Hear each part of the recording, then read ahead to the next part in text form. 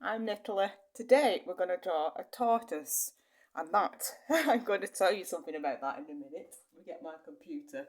Now, if you look on here, because you might know I've got dyslexia, so if you look on here and the spelling there, it says tortoise, but apparently you have got to spell it. Let me just click on here.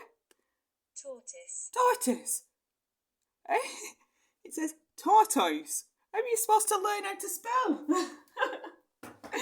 I think they make it up. Anyway, I don't think it's those who can't spell. I think it's the English language that's wrong. Anyway, now let's get on. Draw the tortoise or tortoise. Let's have a go. Right, I'm going to start with the head.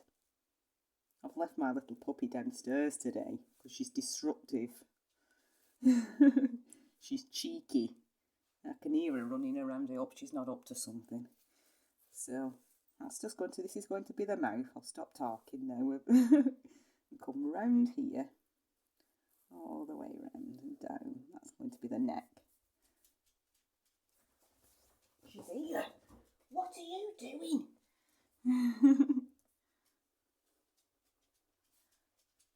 That's going to be that. Oh no, I didn't leave her down. I put her on the... She's a cheeky girl. I forgot I brought her up in a bed. There we go. I'm going to go round like that. And then this is going to join that bit. All the way round. Join there. Then we're going to do the shell. Oh, you can see I've smudged there. You might have seen on other videos. Put something underneath and it will stop that. Just underneath your hand, all the way around, and join to there. Little feet. They have funny feet. I think they're like dinosaur feet. So we've got one there. I'm going to put one at the back. Like that. And then the ones on the other side are going to be further away. So we're going to draw them a bit like that. It shows that they're further away, and then all we need a tail like that, and then these on those. There we go. You're supposed to be able to tell, like a tree, don't know if this is true or not, how old a tortoise is by counting the rings. I think there's going to be trouble going on. I think the dog, our dog, wants to be friends with the cat. The cat's not sure because she bounces at her.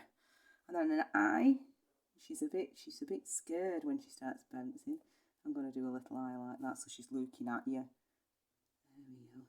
I've done this bit here like a beak because I had a tortoise.